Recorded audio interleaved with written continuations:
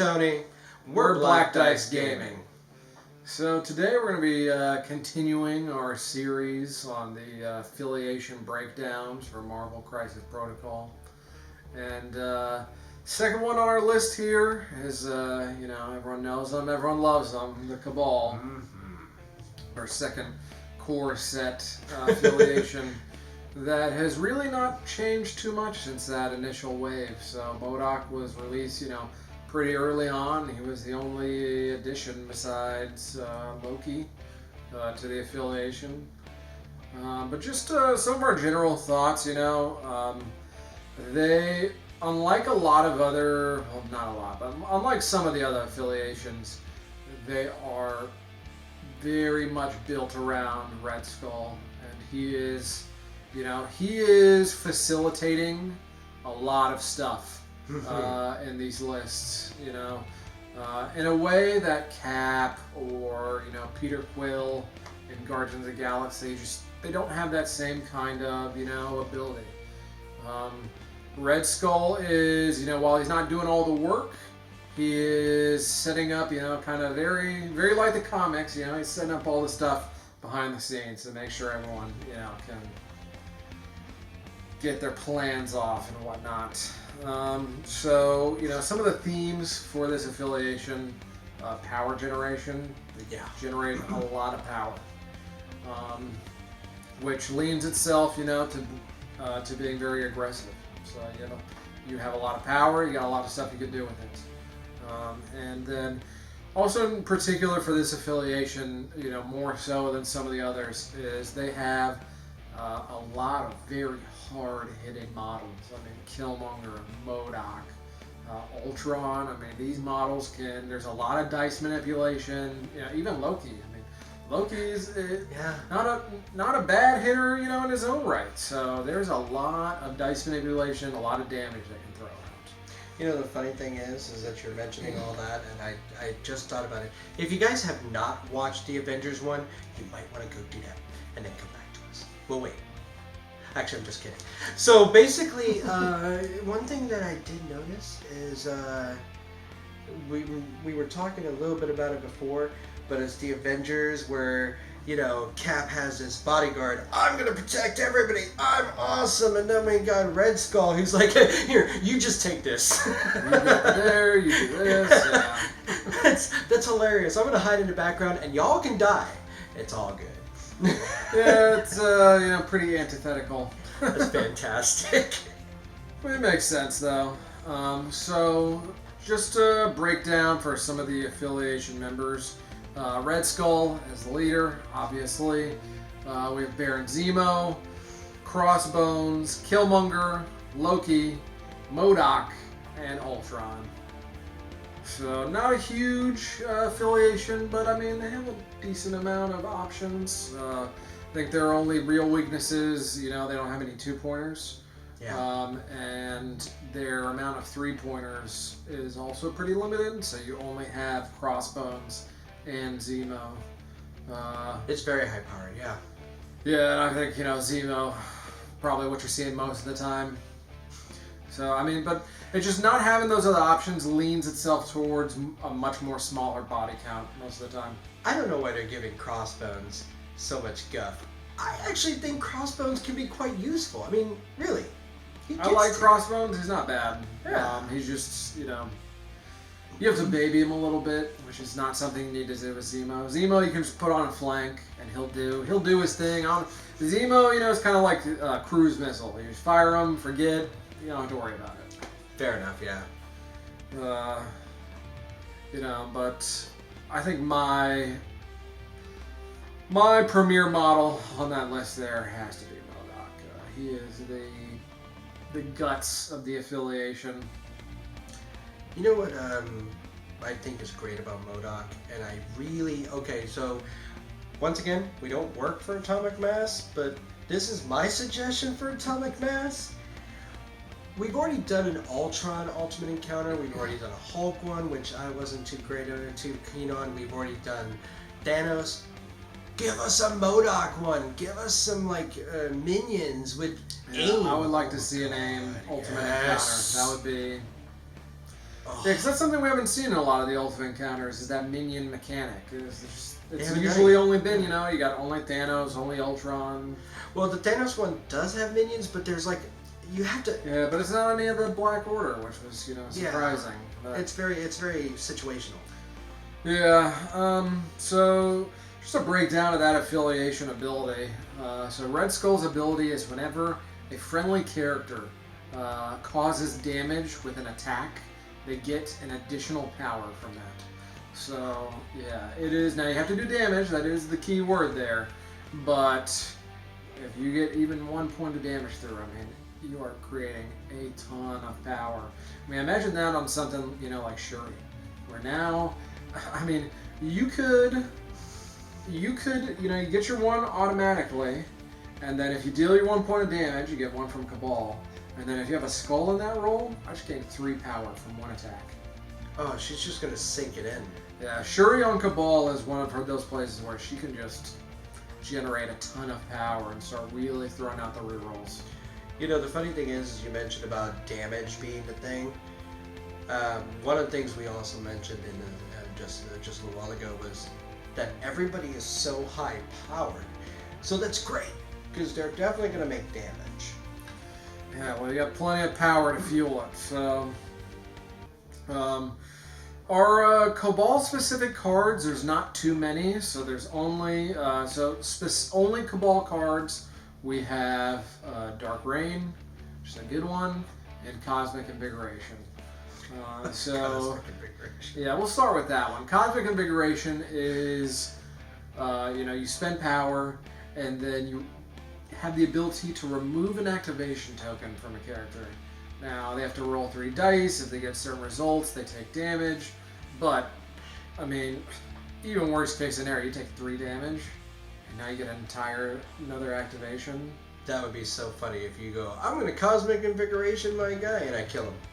Yeah, that is one of the drawbacks. You got to be careful, because you could potentially, if you got a low health model, you can wipe your own guy out. But the other thing to remember too about that card is it can very easily give your opponent priority. So you want to try and use that in a scenario where you're already going to lose priority, or if you didn't have priority to begin with. If you're not in a position to gain priority or lose it by using that card, then those are the ideal scenarios. The opportunity cost is really low. If I don't have priority, I don't have to worry about giving MODOK another activation to blitz everyone, It's true. So, those are the kind of things that you do need to think about, though, when these cards, when you're taking away an activation token. Is that it's essentially like adding another person onto your team. And the great thing about these cards is they are tactic cards. They're one-time use.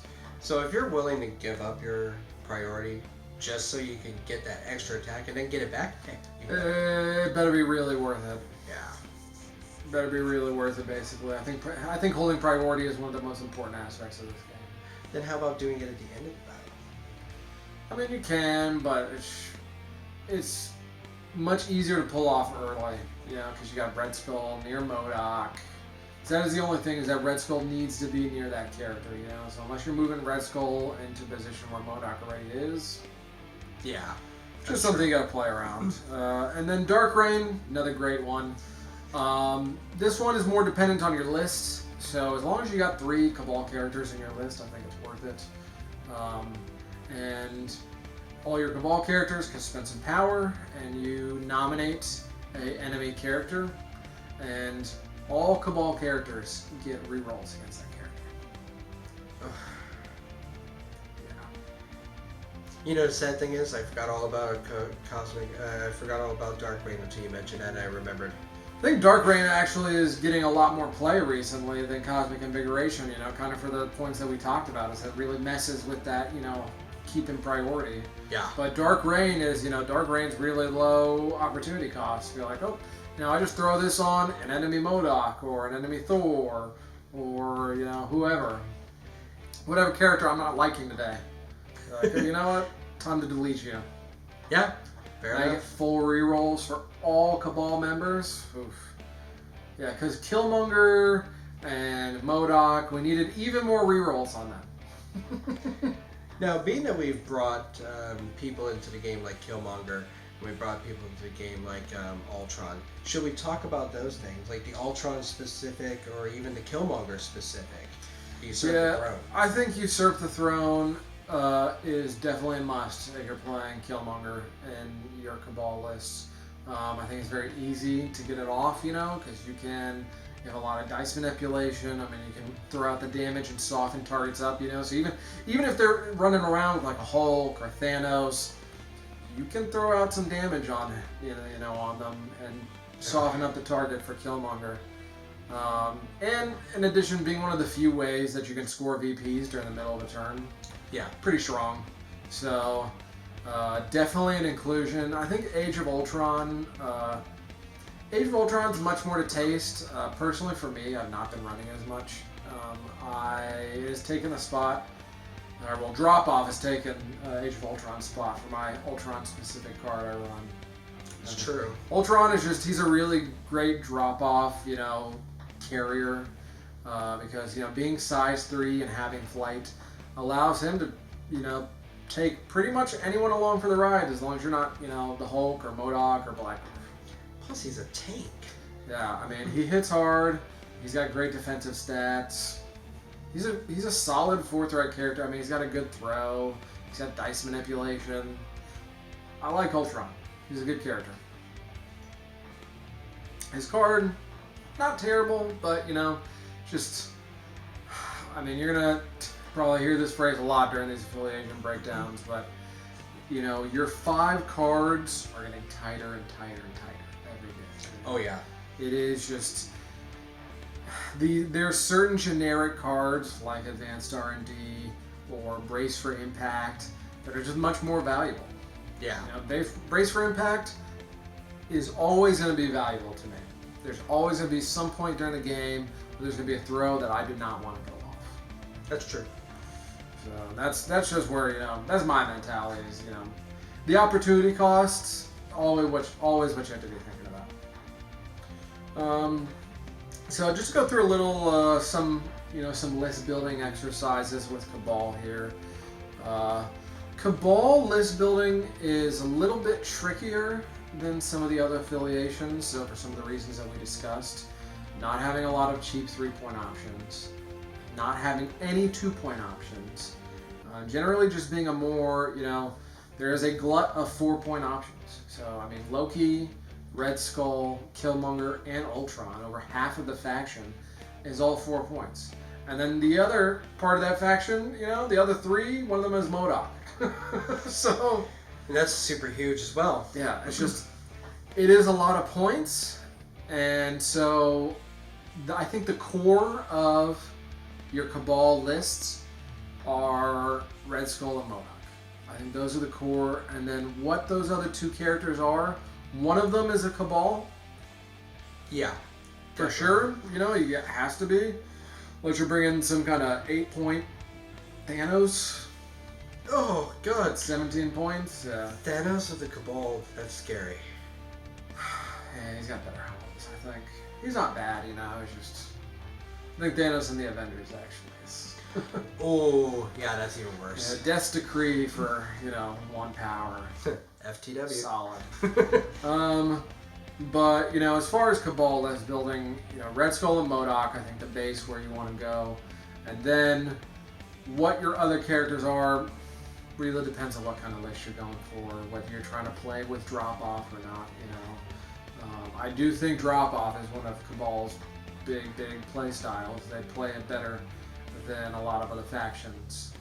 Oh, yeah. Because your best drop-off target is in faction. So my list, my Cabal list that I've been running lately, we have Red Skull, MODOK, Ultron, and Ronan. This is at 17 points. Most of our lists are going to be at 17 points. This is where most of the missions are at, so I think that's the best place to go from. And Cabal is, a faction that scales well up and down. So. Oh, God.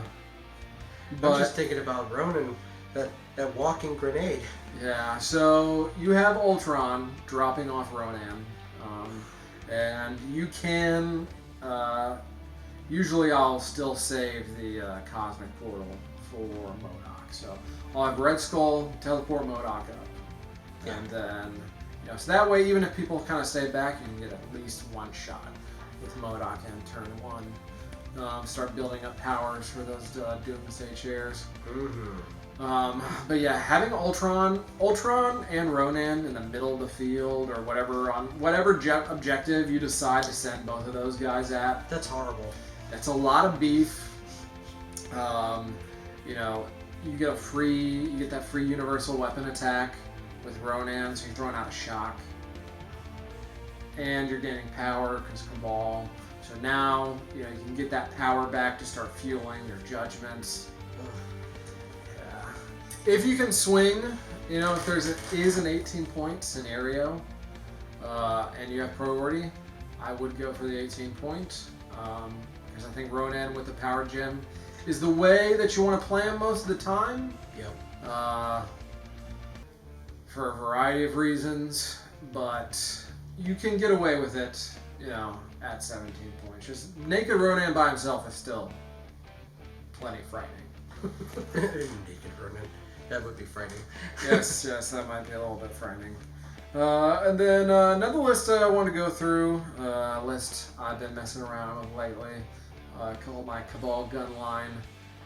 But we have Red Skull and MODOK, surprise. In addition to Zemo, and then Hawkeye and Rocket Raccoon.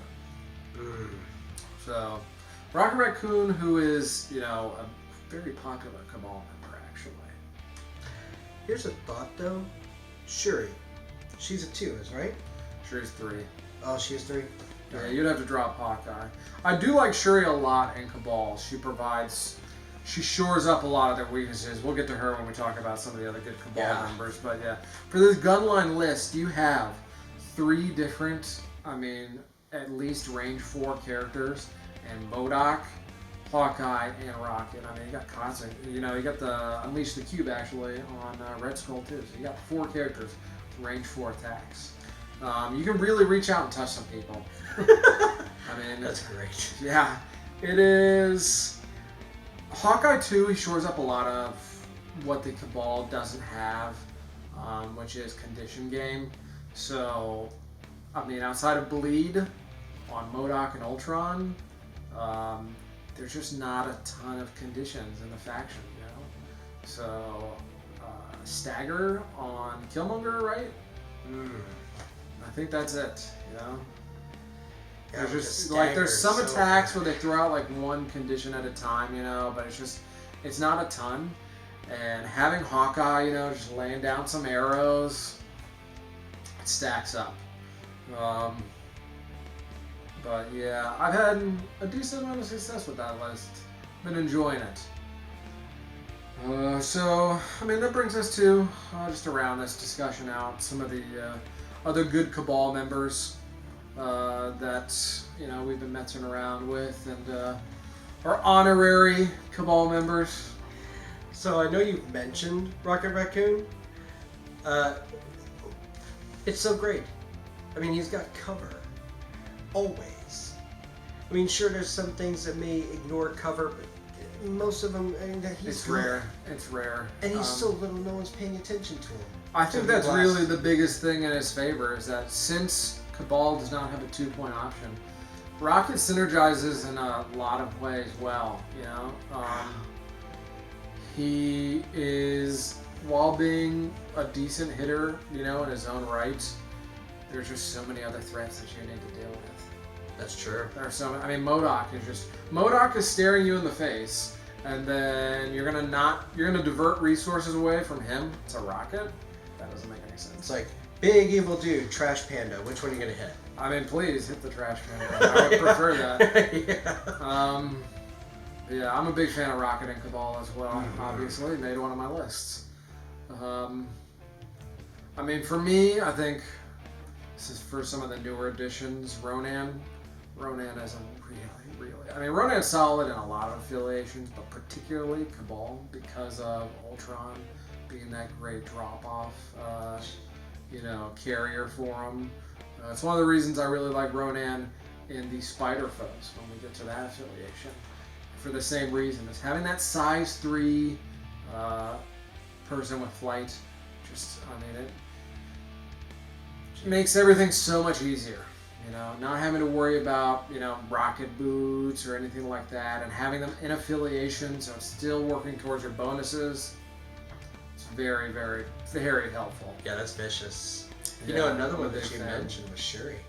I didn't even think about that now until you mentioned it. I'm like, oh my gosh, the power that she has. It helps. She's already generating kind of a lot of power if you're throwing out 2 Panther Gauntlets each turn. Yeah. But she is really so strong in Cabal. She gives them a lot of the Cabal people already have rerolls or dice manipulation, but it gives it to you on defense. So it makes characters, certain characters much more tanky. And, for MODOK specifically, even though he already has a reroll for all this stuff, not having to spend the power on MODOK so I can throw out throws or blast people in the face or do what have you is not bad. Also takes care of the squishiness of Rocket. I think one of the biggest things, it just provides a really nice control element. Those Panther Gauntlets are just brutal, so. Vicious. Didn't even think about that till you mentioned it. Right usually Cabal's control element is they murder you, which is not a bad one, but if you need some actual control, Shuri is a good piece. And then just to round up the last of these Honorary Cabal members, I think my vote for some of the best new Cabal members is Corvus and Proxima. The 2 of them. Now it's tough to fit them in, especially at 7. I don't know how you could get them lower than 17 points and stay in affiliation, but save it for a higher level. Yeah, the 2 of them, 7 points. With Red Skull is 11 points, by itself. So if you added MODOK, it's. With MODOK, well, you need at least 2 3-threat characters, right? Yeah. To have the affiliation. So you need Crossbones and Zemo. Unless you're playing at higher point levels, then yeah, absolutely. Right. Yeah. If you're 18, if you're at, even 19 or 20, 19, 20 gets a lot easier, but 18 you can start doing it. I do think they are much more, for those higher point costs, though. I would feel much more comfortable bringing those 2 in a 20-point list with someone like MODOK. Then I can also shell out for the Reality Gym at that point, probably. Ugh. I remember the Reality Gym. Yeah, Reality Gym Corvus, good times. This guy beats me too often. Well, any closing thoughts on the Cabal? No, I'll tell you right now. This has been fantastic. Because both of the items that came out of the core box were really good, strong teams. The only thing that really kind of annoyed me about the box was the fact that they put Doc Ock in there, and he didn't even have a team. He got his team now, so it's okay. It's okay. Yeah, but it's kind of sad. He had no home. I do agree with you. I think the core box, these core affiliations are still really good. Hell. One of the online leagues for Corvus or for Crisis Protocol, the winner was playing Cabal. So fair enough. Cabal is still. Cabal and Avengers, both very strong affiliations. Just because they were in the core set, they've not been overlooked. They hold up extremely well. So yeah, hope you guys enjoyed this little, some tips and tricks. Hopefully it made you think about some stuff. This affiliation in a new way. But thanks again for watching. We appreciate you guys' support. We can't do this without you. Check out our Patreon if you want to be generous, provide your support in a more numerical or monetary fashion. This stuff is not free to produce. Definitely not. Hey guys, and smash that like button. Definitely. Don't forget to like and subscribe across all our platforms. So, once again, he's Alfred. And he's Tony. Happy trails.